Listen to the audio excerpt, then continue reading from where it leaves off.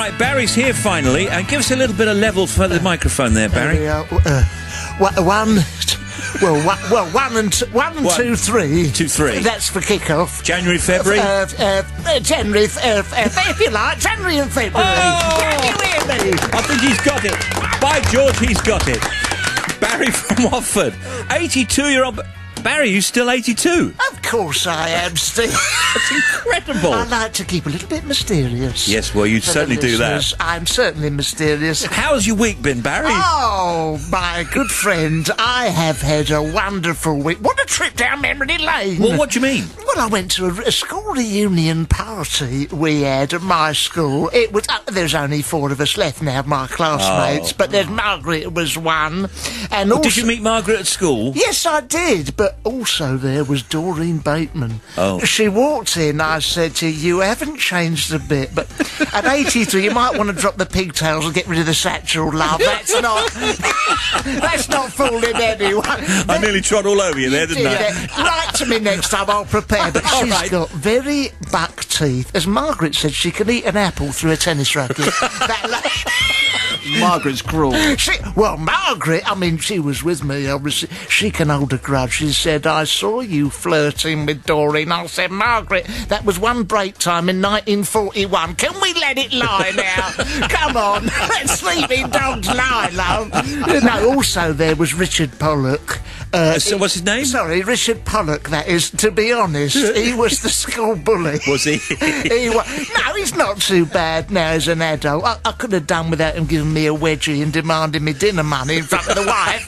But, no, he was always very competitive. You know, who's going to be the more successful in life? Well, I like to think I had the last laugh. Yeah, of course if you're listening, Richard. Is he on Radio 2? No. Is he making double entendres about the size of his wife? No, he is not. Richard, did you share a plate of prawn crackers with Radio's Tim Smith at the Christmas party? No. I don't think you did, I don't think so. No. I mean, he's just some Harley Street surgeon or something. That's what his chauffeur said anyway. Does a lot of heart stuff, doesn't he? I don't know what it is. Yeah. It ain't showbiz. Olympics coming to Watford, I understand. Yes, well, what we're thinking of doing, we're going to hire out our shed for accommodation, you see. What did you say? Hire out our sheds for accommodation. Good idea. Margaret's been dusting, and ironically, any sign of a spider, and she's sprinting up the gun like Usain Bolt. That's what gave me the idea, you see. But, no, I mean, we've got Margaret's old weightlifting equipment in She was a champion in the 40s, wasn't she? She was. 264 pounds at one stage. She's lost a bit of weight, since then. But we're thinking what we could do is provide, if I get a couple of old garden canes, practice a bit of high jump if they need that in the morning. Yeah. We got some sand, and provided the cat's not been in it, that would do for the long jump. Well, that sounds professional enough to me. Of course it is. I know Tim wanted to ask you about... cooking. I wanted to ask about his cooking. Oh. You've been doing some cooking, Barry. Well, with MasterChef is back. You had them on it, didn't you? Yeah, we did, certainly, yeah. Them fellas. Well, I've got some friends coming over for a bit of fine dining. Oh, lovely. I mean, my repertoire's limited. I'm less MasterChef, more Little Chef, if I'm honest, but I'm going to be experimental. Now, my signature dish is a French one. Stop me if I get too technical in French. It's chopped de pork. Yeah.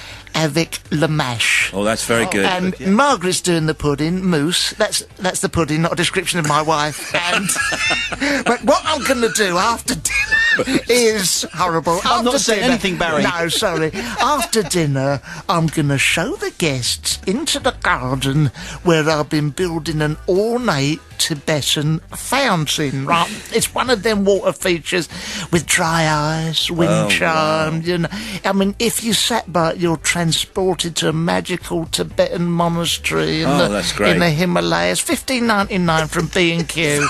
Watford. Make it yourself. I it took a bit of heavy lifting to get it into place. Our garden has been all builder's bottoms and tattoos. But Margaret and her sister put a lot of hours in, so... I'd see where you went with that. Oh, dear, it took long enough, didn't it? Yeah, it did really, yeah.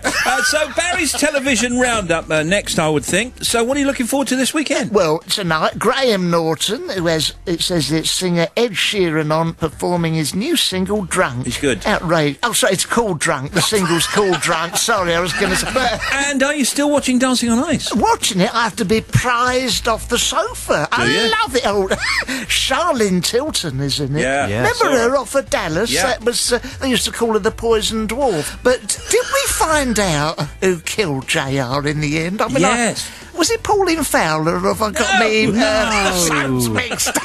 Who was it? Programme. Did he nick the Christmas money and take it to the allotment? No, No, that was somebody else. Oh, Barry, you're so confused this week. Thank you very much for being on, by the way. I wish you a lovely weekend. And would you give Margaret our very best when you see her? I would certainly will, and have a lovely weekend. Thank you, Barry. No, No, Barry. No, Night, Barry. That's it.